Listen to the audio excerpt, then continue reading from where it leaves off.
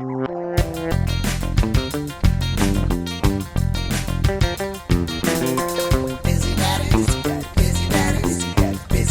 Sci-Fi. Busy daddies do Sci-Fi. Busy daddies do Sci-Fi. Busy daddies do Sci-Fi.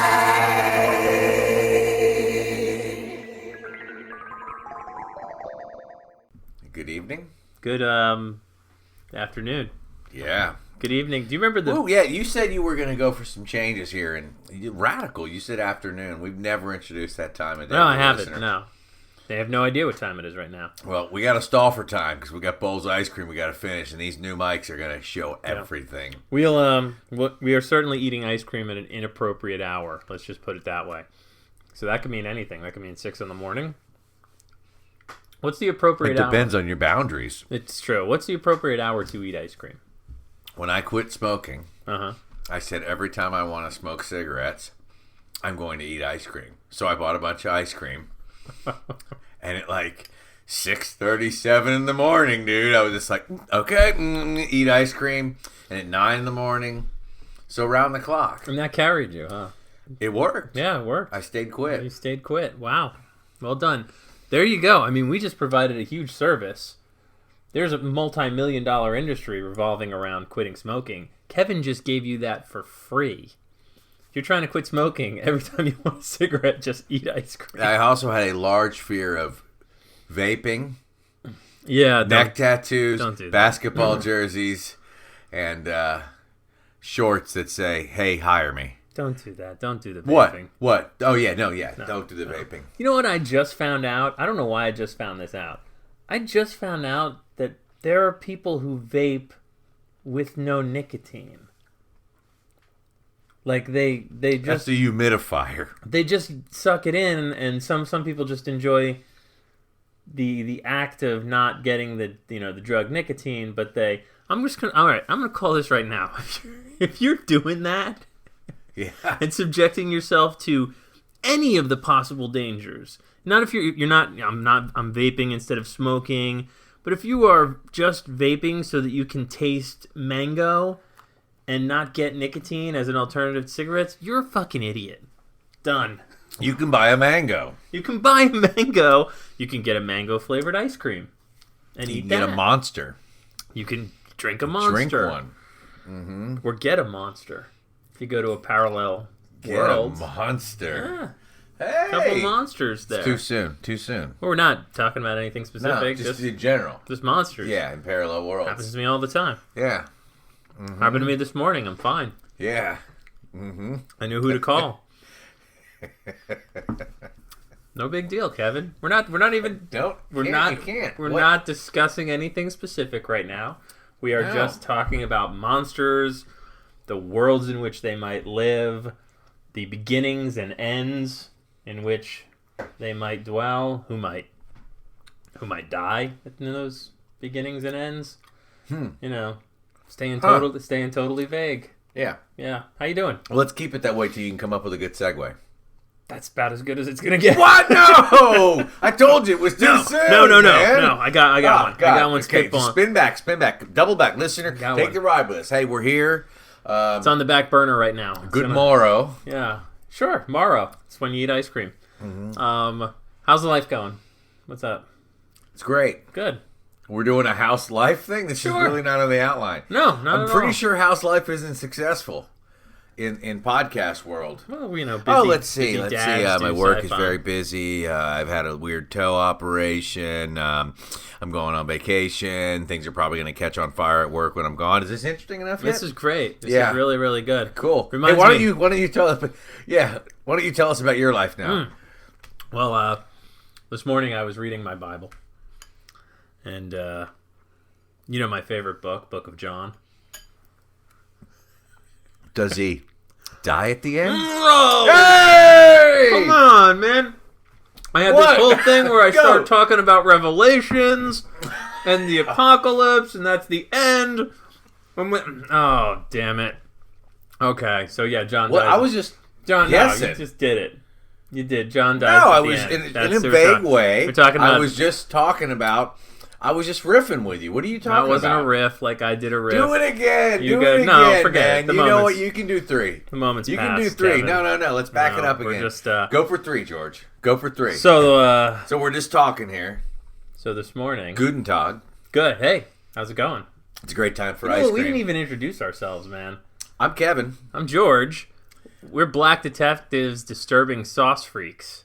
That sounds really strange out of Isn't that context, Black doesn't it? Detectives, Can Disturbing. you say black? You can say black. Who can? Those, You even? Those people can. Them again? I mean, us. We. We. The people. The people that live and breathe in this world. You can say in can this say world. black. What about people from other worlds? No, they don't say black. Those the people? Those the people. Them's the people. I think. They be the people. They be the people. They was the people. They is the people. They could be both peoples Yeah. at one time. Lots of different common They could be, what was it? Melvin Man Peoples? Melvin Man people. Whoa. Wow. Woo! We are out What there right now, happened? man. It's the How far black out there are we? cherry ice cream. That's Every what it is. time. Every time. It always gets us, man. If you just Which is stuck why we with can say vanilla. black. Black cherry. Detectives. Black Cherry Detectives. Disturbing sauce That was a freaks. 1970s movie. Black Cherry Detectives? Detectives. Sounds like something you saw on Cinemax a little too young. I believe Pam Grier was in that. Mm-hmm. Yep. Black Cherry Detectives. Black Cherry Detectives. Hey, wait a second. This reminds me.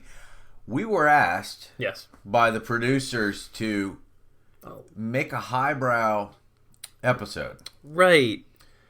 They know, were like, We they got didn't want their penis jokes. Yeah, we got and some vagina complaints. jokes. We got some complaints that basically we tend to veer a little bit into the blue category with some of our humor. Of course.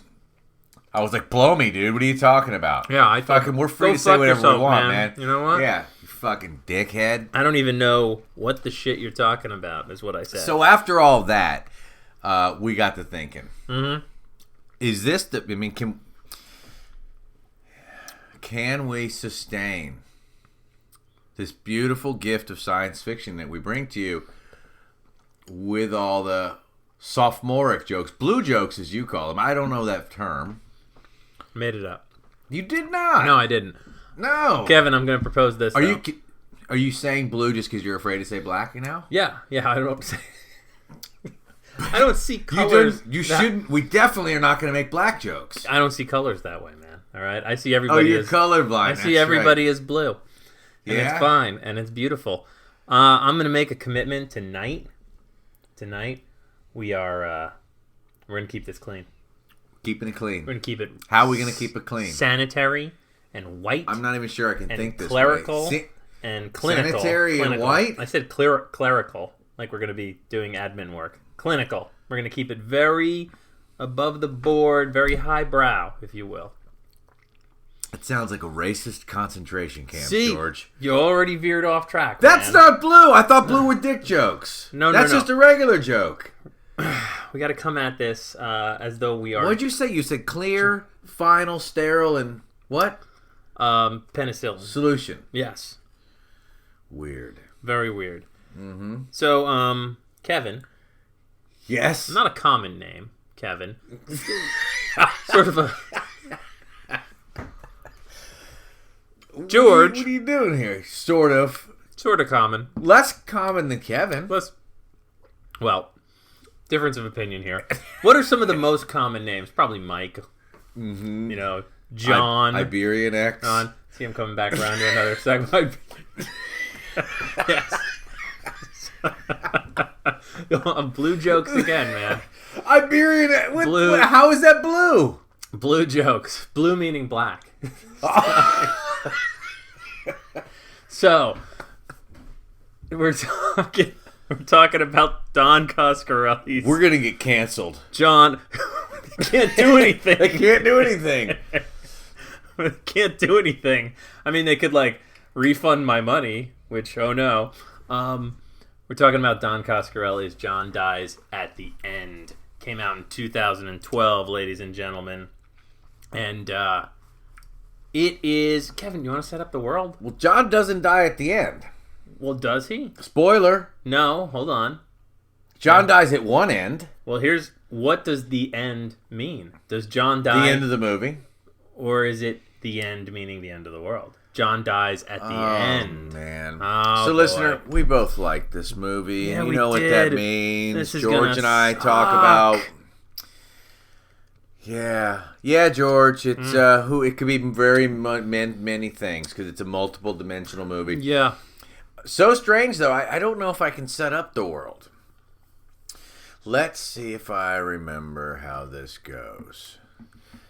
John is friends with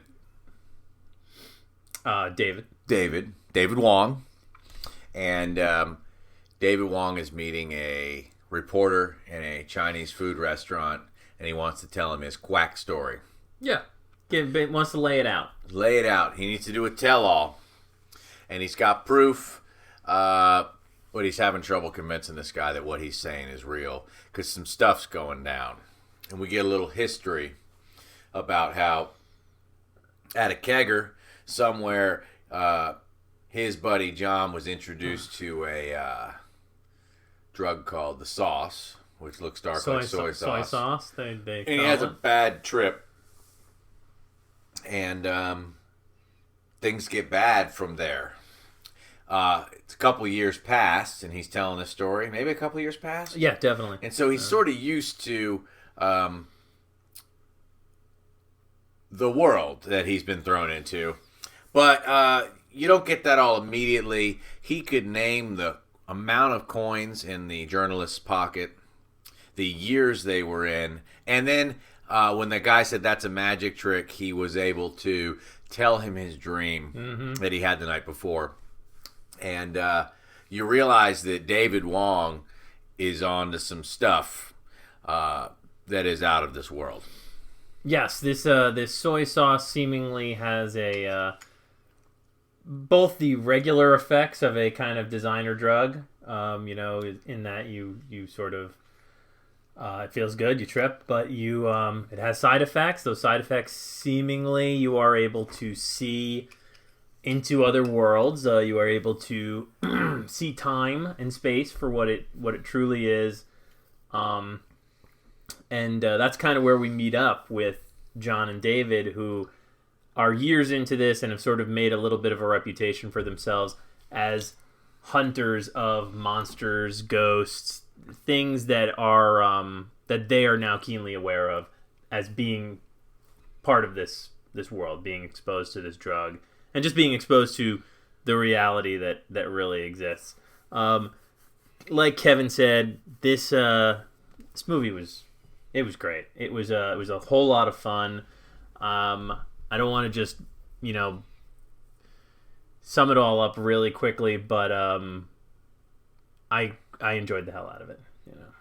Yeah, end of podcast. End of podcast. Later, mic drop. Don't drop the mic. They were expensive. Yeah. This movie came out in 2012, and like I said, a crazier time. Crazier time. I mean, we had a blue man in the White House. That was quick. That was good. That was cool, man. Yeah, that's what we do. Yeah. I don't think it's cool now that we've pointed out that it's cool, but you just impressed me. That was some of your best work. Thank you. Thank you. I mean, tell my story, please. Yeah. Because after this much ice cream, I'm probably going to die tonight. You won't remember it. You're probably in an ice cream blackout. Or at the now. very least, I'll be able to see through time. Be able to, just to give you a little snapshot of the legs and the creativity behind this movie. There is a moment where David, on the soy sauce, falls into time and space, encounters a gentleman who is building bullets.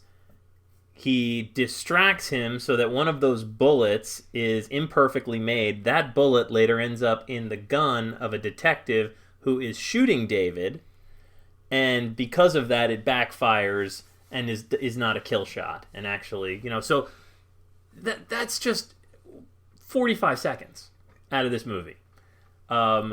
And we are introduced to a ton of different things like that and a bunch of characters quickly. There are a lot of characters in this movie, and they're all pulled off pretty well.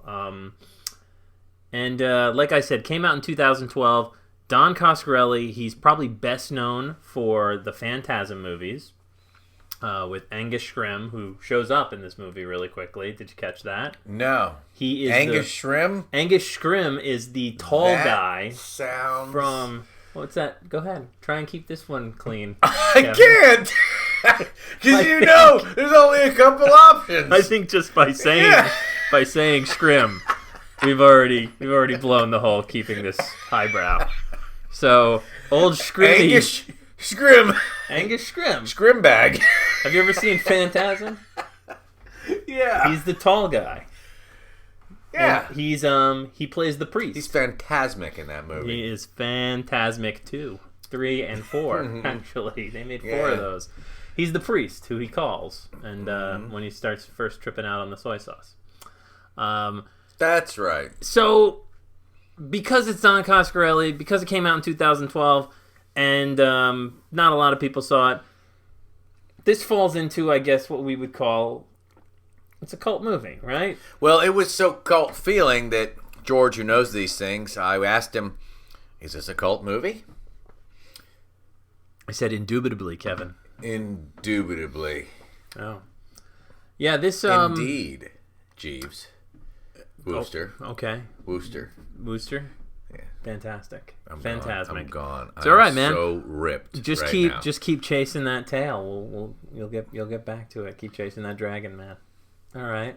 Just follow it. You'll go grab it eventually, and it'll take you home. There are creatures that show up, and they're kind of almost like Naked Lunch style. There are a lot of practical effects in this movie. Just kind of throbbing, kind of half brain with legs and a bubbly tank in a regular old fish tank. Yeah. Which also reminded me of Buckaroo Banzai. And I even asked George, I was like, is this the Buckaroo Banzai of the 21st century? Yeah, and I thought that was a really apt comparison that I had not heard before. And immediately liked that idea. Because very similarly, we assemble a team that hunts down strange... These guys are essentially superheroes. You know, like there's little talk that they are famous on the internet. And I like that. I love the scene where John calls up David and tells him to get over in code, and it's just all this, meet me where we buried the Chinese hooker, the one without the goatee, and it's all this like code of just like, oh, and don't forget tomorrow's the day that we kill the president, and then David is like, that last part meant to pick up some beers on the way over. Yeah, and there's a cool David's narration is really well, and he acts really well. The way his eyes move around, and you watch him think. That was a real hook for me, just to see that guy play his internal thoughts. So he'd say something to whoever he's talking to, and then his thoughts would go by, and he'd watch his kind of eyes twitch and go back and forth, and that was real cool, because that's how he's telling you the story. Real cool things with time. As you started to rattle off this stuff, I'm reminded of the same kind of cool stuff that came from the Anubis Gates. And that same fun. Yeah, that same fun. That same idea that that time is kind of a plaything in this. And, there's a continuing thread where his friend John is calling him repeatedly throughout the entire movie from one specific night, and... Yeah, first John doesn't know he's done it. He's like, I've been calling you a bunch, man. This is the first time you picked up. And John sort of says... It must be something with the time, dude. And then, 30 minutes later, the dude's getting interrogated in a jail, and his phone rings. And John's like, hey, man. Yeah. Am I dead yet? Yeah. And he goes, yeah, they just told me you were dead. And he goes, okay, cool, you need to get out of there. Right. Fast. That's fun. Yeah, a lot of fun. You've got the narrator who is telling things, so it's the idea of like the unreliable narrator only played with, because he's actually a really reliable narrator. He's just kind of telling a story that even he doesn't know where the hell it's going to go, and then John, the actor who plays John, I really, really liked because he does exactly what he's supposed to do. He's supposed to be a little bit of the wild card between the two of them. Yeah. He's the one that goofy stuff happens to. There's two characters in this movie that I think are like the standouts. One is just always great, but the detective, I loved every scene he's in. I love that he basically sees this for completely what it is, that this entire situation is evil, and he wants to drive. I mean, I love the scene when he's just like, I bet you're wondering what I'm doing with this here gasoline. Yeah, and I totally knew it. I knew it. He's taking it upon himself to just He goes, everyone, like in the service has one of these, and this is mine. Yep, yeah. I gotta burn this place down because it's an abomination, dude. Yeah. Just watch this movie. I don't really. I mean, we will not be able to set up the world as well as the first 15 minutes of this movie do. Yeah. It starts off with like this. We failed. We again, podcast over. The movie starts off with this philosophical rant that I think it's one of those scenes I could watch 50 times and just love it. The axe and whether or not that is the same axe that killed him. That's just a great, really creative, cool moment to introduce you to this world where monsters happen, time is not what you think it is, and you're going to question a lot of things as you're going forward here. And he decapitates this bad guy who comes back even though he's been shot and beheaded, and the thing is reanimated and sewn its head back on with a weed whacker wire. And since he's seen him, the axe, which he decapitated him with, has gone through 2 breakings and replacings, and he looks at the axe and rasps, "That's the axe that slayed me." And the question is he correct? Like, is this actually still the axe, even though it has a new handle and a new blade on it? And that's it's a really good intro to the type of movie that you're getting into here. The other character that I'd love to mention is Clancy Brown, who, I love Clancy Brown. He's a character actor. He's been in everything. This is Marconi? This is Marconi. Isn't he Highlander? He was in Highlander, yeah. He's not Highlander. He's the bad guy. He also had his neck safety pinned together in Highlander. Oh my God, that's right. Yeah, he's he was in freaking Pet Sematary, the Punisher series most recently.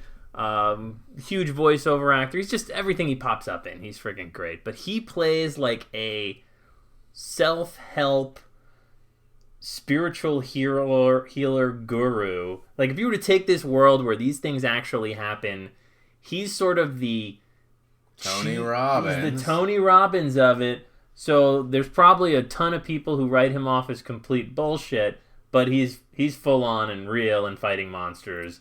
And you see things like infomercials with him like doing karate and breaking boards. Yeah. But secretly he's just like one of the best. Yeah. Yeah. At plugging the holes in this dimension that's trying to break through an alternate Earth, which makes this a sci-fi movie. Well, we were talking before about what does make this sci-fi and or what makes this not fantasy. What makes it not fantasy or not just horror, where just monsters show up. And I think the biggest thing is that we are given kind of catalysts for events, and we're given rules that are adhered to. So it's not just we're in a world where there are dragons, and we accept that. It's no. You take this, it opens your mind to the realization that there are multiple universes out there that you can move in and out of. Starting with Alice in Wonderland, there's like there you go. Taking something makes me feel sci-fi, whether it's the Matrix choice, Alice in Wonderland, there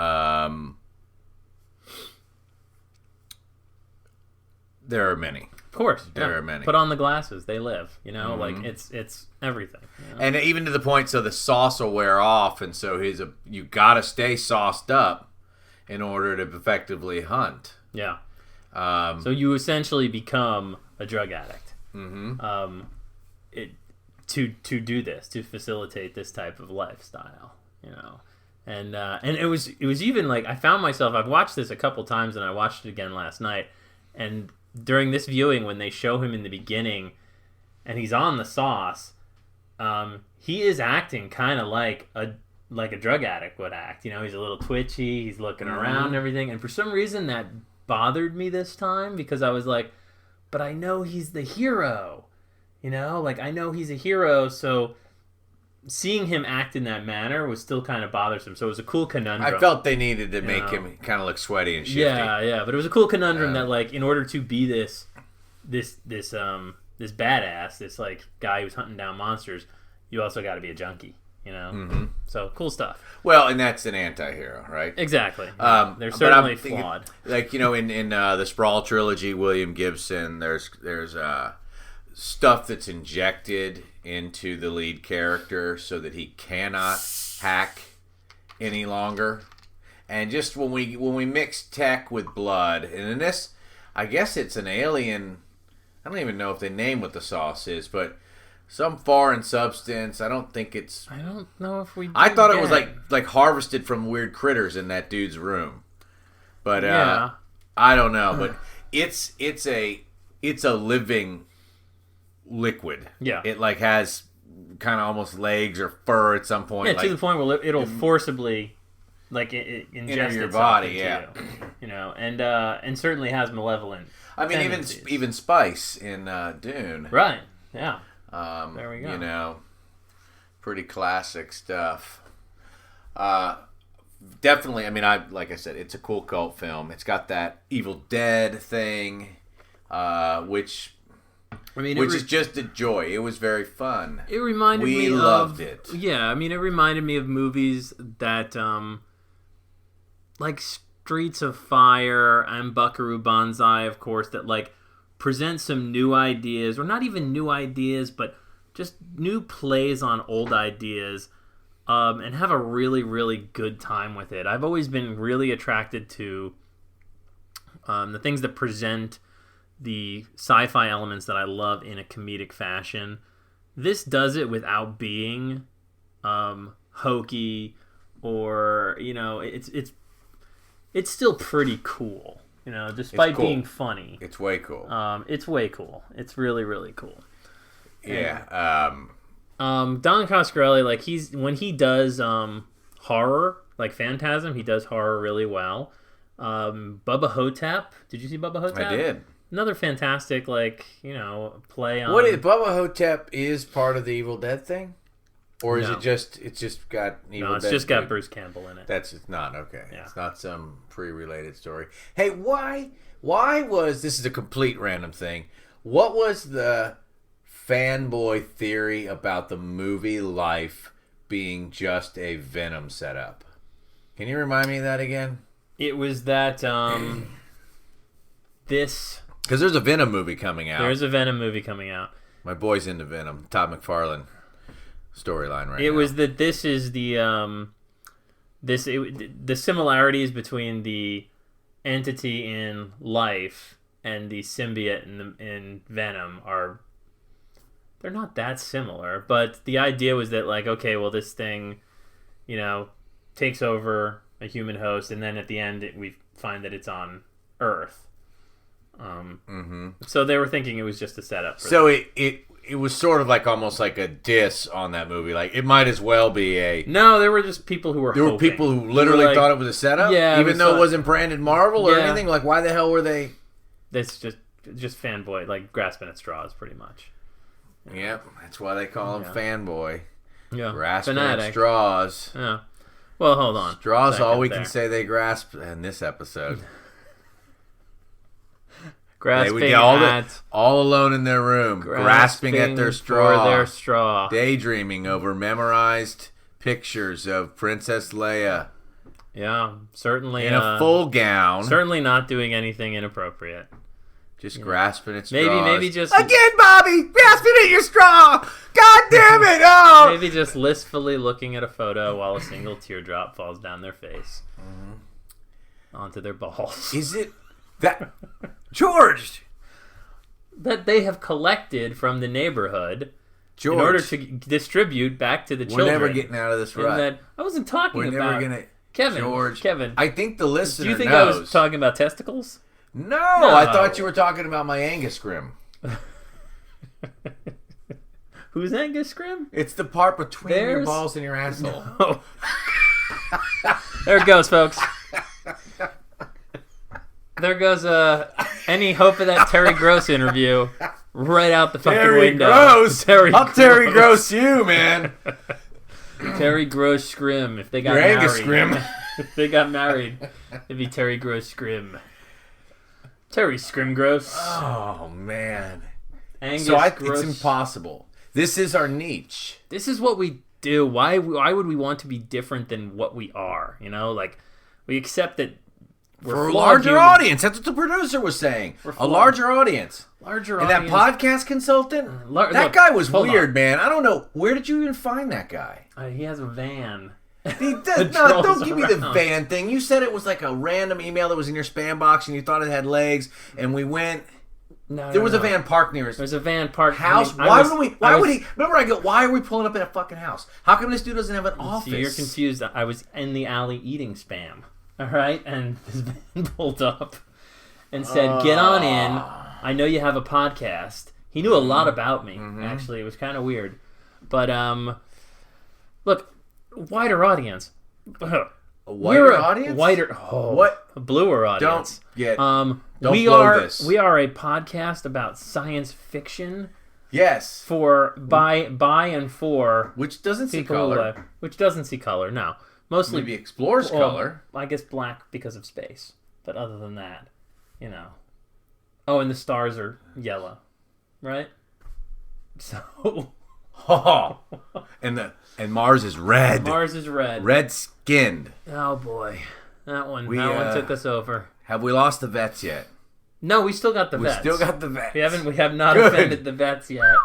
Although, although I got to tell you, they really blew it in Vietnam, didn't they? Well, there they go. Oh out the man, door. Yeah. Well, you can try. What we still got is the seltzer drinkers. But they're pretty flat. Oh, I see. Yeah. Classic. We are just swinging at anything right now. All right, we are swinging our straws. Segue, grasping, swinging our straws, hoping that we smack them into something pretty. Hey, you know what is speaking of shitty, uncommon name. We just talked about a guy named John and his friend David saving the world. By the way, people, they do save the world, or do they? Because there's many worlds, right? Okay, yeah, they do. God, all right. No. So, you know what's an uncommon name? No. Takeshi. Keep going, buddy. Takeshi is an uncommon name, right? Is that your segue? Yeah. That's a beaut. Yeah. All right. Takeshi Kovacs. This is a change up, folks. We're changing it up here. Yeah, as outlined. Outlined. We're not going off script here. Look, I don't want to end this podcast on a positive note. No, we wouldn't do that. Because, as we all know, these podcasts end up sucking when me and Kevin agree that something is fantastic. So instead, let's find something that should never have seen the light of day and beat the crap out of it. So you've waited this long, minute 33. We are 14 seconds into it. And 16. Thanks 17. For being tolerant. Have you seen some of this Altered Carbon show? 4 of them. I made it through 3. Yeah. Yeah. And then what happened? Stopped. And the critics don't like it? They do not. What did I prophesy about Altered Carbon? I just said be careful. If I recall, you saw a trailer for it. You saw a preview. Yes. And you are a big fan of these novels. They're amazing. Yeah. You mentioned that your feeling was that perhaps this world was all that it had going for it, and that it didn't. And that was the look of the world. Yeah, the look of the world was all it had going for it, and that it didn't have the chops, it didn't have the story, didn't have the characterization to stand up. You were able to, using your vast gift of foresight, to determine that from simply watching the the trailer, and then you went ahead and you watched a couple episodes of it. Yeah. What amazes me about you is you can disconnect from, despite loving the books, you don't feel the need to watch the entire series. You know, I think if I love something, like I'm not saying this as a in any way like, oh, that's a deficiency. I mean, I actually respect. That's how I felt it. Yeah. Yeah, asshole. You shouldn't. I like, for example, the Netflix Marvel series that they do. Yes. I watch those things even though I don't like 50% of them. Well, I remember this. So I remember when we heard Altered Carbon was coming out. Yeah. I remember finally, I get to do the thing you do, which is we have been reading these comics for so long, and here it comes in the visual form. Yeah, and Netflix said, nope. Sorry, Kevin. I mean, I'd like it to be good. When I watched the first 4 episodes, I asked myself a couple of questions. One was, why isn't this good? Yeah. 2 was, did Richard K. Morgan have a part in it? And he did. Mm-hmm. So then I got to step back and I go, you know what? He got to be a part of it. If someone said, hey, you know that book you wrote? I'm going to give you money. And we're going to make it into a show. You'd probably take the ride. Yeah. Yeah, at a risk, maybe. And so that's good for him. Yeah. The third question was, if someone doesn't know the rules of this realm, is this show interesting? Now, because what Richard K. Morgan wrote, his rules are cool. So you watch 3. I watched 3. You get the primer. I got the primer, and I dug it. I dug. You were saying stuff like that as we were talking before I I dug watched where it. it was going. I liked the introduction to this society. I liked that we got treated to a lot of flashbacks that I was like, oh, these are going to go somewhere, man. We're going to find out a lot more about this. This past life. I could even see like a second season where it's not this guy as Takeshi Kovacs, but the 3 previous books. guy. Yeah. So then what started to happen as even the first episode went on is they started introducing all these characters that just sucked and went nowhere. We got hints of a story. The first episode ends in a really kind of hackneyed, I'll take the case way. I watched the second episode. I wanted to turn it off within like 15 minutes. Yeah. Because I was just like, because, you know, it's the second episode starts, he's in the friggin' hotel, we get the lawyer comes in and everything, and I'm already I'm deposited in this position where I'm like, I don't care anymore. I'm done with this. There was not enough of a hook. Let me finish this one. That sucked. Let me watch one more, and that was it. That was like the cigarette in the ashtray, where I'm like, okay, you're not gonna. You're reminding me as you speak about it some of the things that, you know, offended beliefs I have, you know, but Takeshi is not that much of a hot-headed, cool jerk fucking dude. Yeah.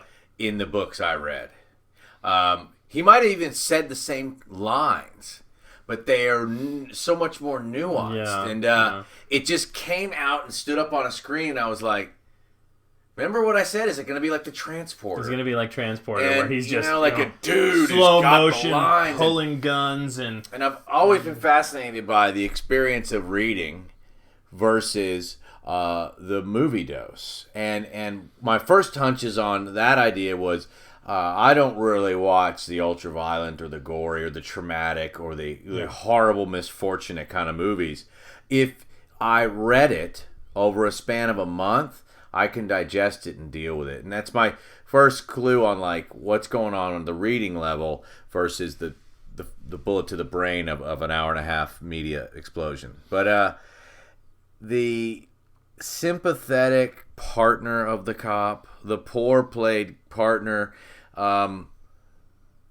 you know, like, it's just a job. You're working it too hard and all that. Like, how would you let someone fucking do that to your stuff, man? I did not believe that was from the book because of how bad it was. I was waiting for, you know what, that guy, that sympathetic partner, you know what he's doing?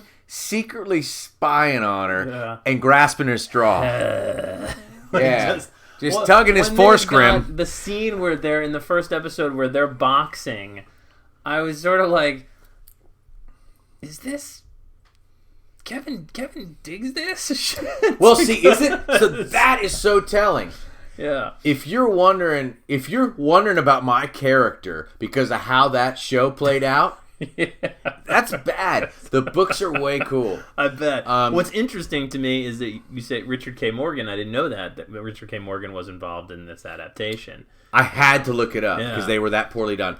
There is a whole style. He's an envoy, which is a meta soldier, and it's a dying breed. They were eradicated because of their rebellious nature. Many of them went mercenary.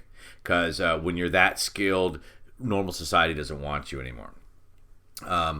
So he's a Quellist. Falconer Quell, I think is her name, or Quell Falconer. And she's the leader and the trainer of these. And those training scenes were so heavy-handed. Oh, man. And the flashbacks. And in the book, dude, there is sometimes like a haiku or a 4 lines out of the Book of Quell that sort of let you know that there is something maybe almost a little more spiritual about his style of military training. Yeah, which would make sense. Which would make sense when it's more intuitive than it is training. Yeah. You know, like that it's more of a knowing. And because it never accomplished any more to me. They tell you in the first episode, this is what his deal is. Instantaneous awareness, you know. Yet they basically show him doing CrossFit, you know, like he's just like training like a normal military dude. And I just, like I said, man, I just didn't care. I had zero interest in figuring out what the mystery was. And what I found myself doing is going like, I wish they had just decided to make this really noirish. You know, like really Blade Runner-esque. Maybe even do it in like black and white. I found myself trying to like write a better version of this, and it's the book. Yeah, you know, and that reminds me of like Alan Moore, who you know, pissed all over all his adaptations because he had nothing to do with them. You know, he didn't have anything to do with Watchmen or V for Vendetta, but he did have a lot to do with his earlier ones, like From Hell and League of Extraordinary Gentlemen, and they sucked, you know? So it's sort of like once they started getting good, but he didn't have the hands on them, and then he was like, these things suck. That story will tell itself, and it gets into a much larger crime thing. Mm-hmm. But even the Methuselahs themselves, the lead ones, that scene, there was a scene later on where they have a party, and they're all the people who have been living for centuries and have the cash to do it. They're all gathered up, and I was just going, I don't know, this is probably not what Richard K. Morgan was thinking. However, he was sitting there saying, okay, do it or compromising, who knows. Yeah. The stories are definitely noir. Cool crime mysteries, and in massive tech, like neurochem and the ability to see things, and it was hard. It looked failed cool, to me. Man. Like it looked cool. It didn't look. It looked like how things should look. It didn't look unique. It didn't. It didn't look unique. It looked up to date. It looked up to date, which was the problem I had with it. Like even the cop is dressed in like, you know, not too different from like 2018 police officer clothing. You know, like I was just sort of like, oh, okay, so everything else is really, really shiny, and none of these characters are kind of adding up to what they seem to be trying to get across here. So I mean, maybe it blows up after episode 5, and because I've read a few reviews, and a lot of people are kind of like, yeah, in the same camp.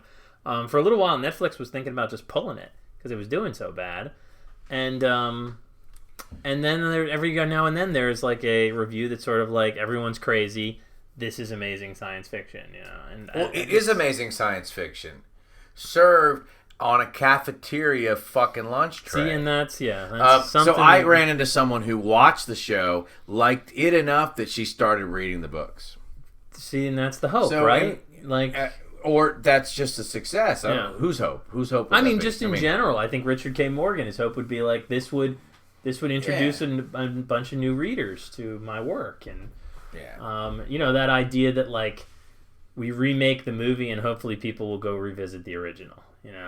Is that what we're doing? That's what we're doing right now. We're remaking the movie. The movie. So hopefully, when you guys who are listening that skipped the first half hour of this podcast, did we instruct anyone? Did we go back and splice it in? Yeah, sure. Yeah. Pop it in. Why not just if you just want the altered carbon part, just skip to 33 minutes 14 seconds. They have to be listening at this point. Well, yeah, but no, I'm going to take that. And I'm going to throw it back in the beginning. Yeah. That'll be pretty John dies at an Inisht. John dies in an Inish. Is that a German car? He died in an Inish. It's a German microphone. A John died in an Inish. Died in an Inish, man. Never saw it coming. Ran out of gas on the Autobahn. Wow. Oh, man. It's possible that we could lengthen the time that it takes us to ingest this ice cream. Really? If there is such a thing as pounding a pint of ice cream, it probably happened. Two pints. Well, pint each. Pint each. I'd like to talk to the listener. Please do. Privately, George. Oh, I'll leave the room. Will you please leave the studio? Now, I wanted to tell you some things I've been reading. Where the hell have I been? I started reading a book called Sapiens, which is nonfiction. What? Nonfiction, yes, I know. It was written by a man who has 3 words in his name, which I'm not going to remember right now. John Wilkes Booth. But it's called A Brief History of Humankind. No, it's like Jerry Duval Hurari. Yeah, it's Joval Hurari. It's like a Eastern name, Indian or something, right? Just keep talking, buddy. Yeah, it's a blue name. Talking about it, but it's wonderful, and that's all I can say about that. What the hell did I read after that? Where have I been? Girl. Oh yes! Oh. God damn! That's that thing. I was just thinking about the Wind Up Girl today. Didn't we talk about it the last podcast? We mentioned we were going to be reading it. We promised. No, I don't think we promised. You promised that you would listen to that book. The things I do under the influence of ice cream and soy sauce, I can't be held responsible for. Yeah. I've been down in soy sauce all day, hoping I can see through time. Sodium. The vein in my forehead is just smacking right into the microphone right now. Oh, so much salt. Okay, so let's just say The Wind Up Girl by Paulo Bacigalupi, I think his name is so cool that I wish George had listened to it. I want to. So I have it. Freaking cool. And I hadn't thought about it in about 2 weeks, and I just thought about it again today. Like, in some context, someone was bitching about some state of the world, and I was like, that sounds kind of wind-up girlish. It is at the standard of literature with an amazing sci-fi world, and one would argue about that sci-fi world too. It's not flying ships and stuff like that. One would argue that it's not sci-fi. Is that what it's? Right, you could, but no, whatever. It doesn't. But like, it's kind of, as I say it, it's not like. Yeah. And God, I would recommend you want that book living in your brain. Awesome, man. Awesome. Maybe not you so much, George. No, obviously not enough. And by the way, it's done. You can't listen to it and say, "Hey, let's have a podcast." It's done. That was it right there. It was already. It's too late in the game. You just pushed it out. I'm not going to be able to do a good podcast on it. Pushed it out to make room for. Are you listening to anything else? A Wrinkle in Time. There, I'm listening to a lot of podcasts. A Wrinkle in Angus Grim. Wrinkle. Jesus. Angus Scrim. Wrinkly is Angus so Grim. wrinkly. Like it's all the sodium. It's like a dries it right up. It's like one of those dogs with the curled up face. Speaking of promises, didn't I promise you I'd try not to go here before we recorded? We made so many promises that we've broken this podcast, man. This might be it. This is easily going to be the last podcast for another 2 weeks. We can clean it up our acts. We can really clean up our acts. Next time. Monday. We're going to turn it all around, man. Yeah. What's today? Turn it around. Today is Wednesday. No, well, it's Tuesday. Well, it's Wednesday. Well, it's for you guys. Yeah, you don't. Yeah, it's guys. Beep. Oh, that's beeped out. But yeah, we have no idea. We'll get to it.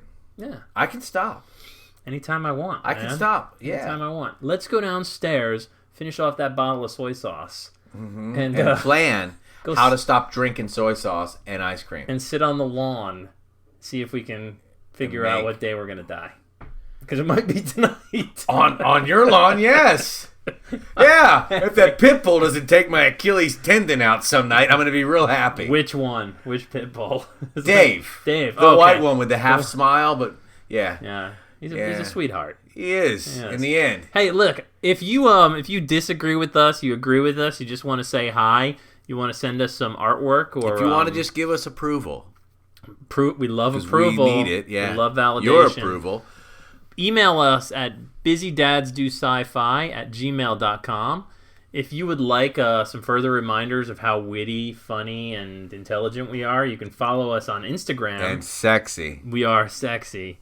At busydadsdosci-fi. Other than that... What are we doing next? Ooh. Well, look, we're 1 month away from... You're going to have to take a break on that. We're 1 month away from... Avengers Infinity War.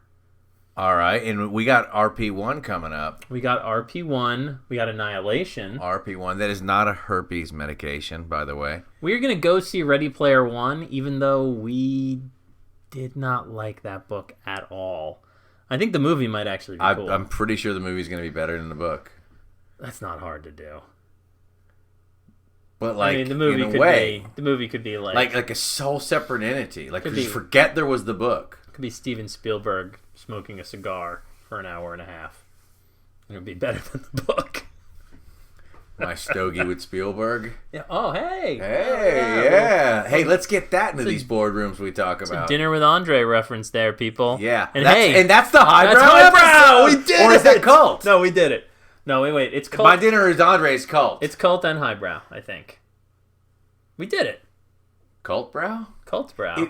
My Dinner with Andre is cult. Yes, but it's pretty highbrow. I mean, it's a movie about just a dinner. It's highbrow.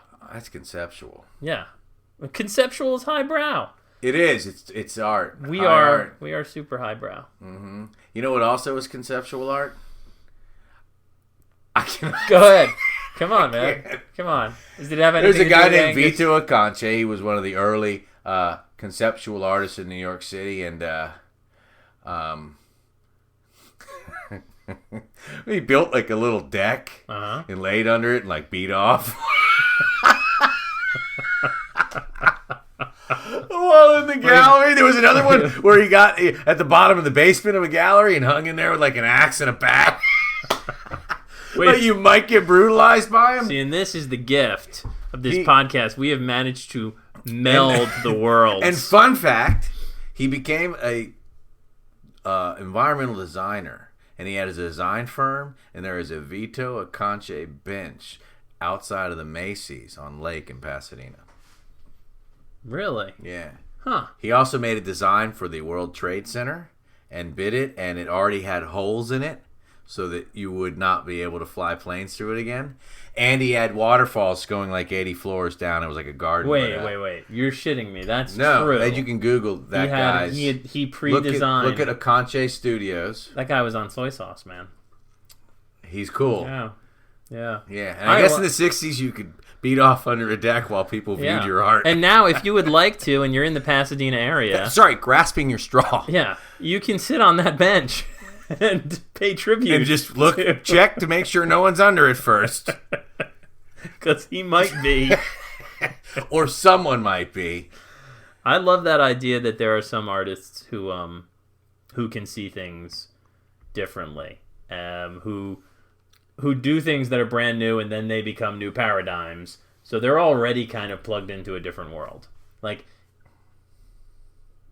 you know, I got nothing. You can't. No. Yeah. All right, pulling the ripcord. Paradigms. Ripcord. Pull it!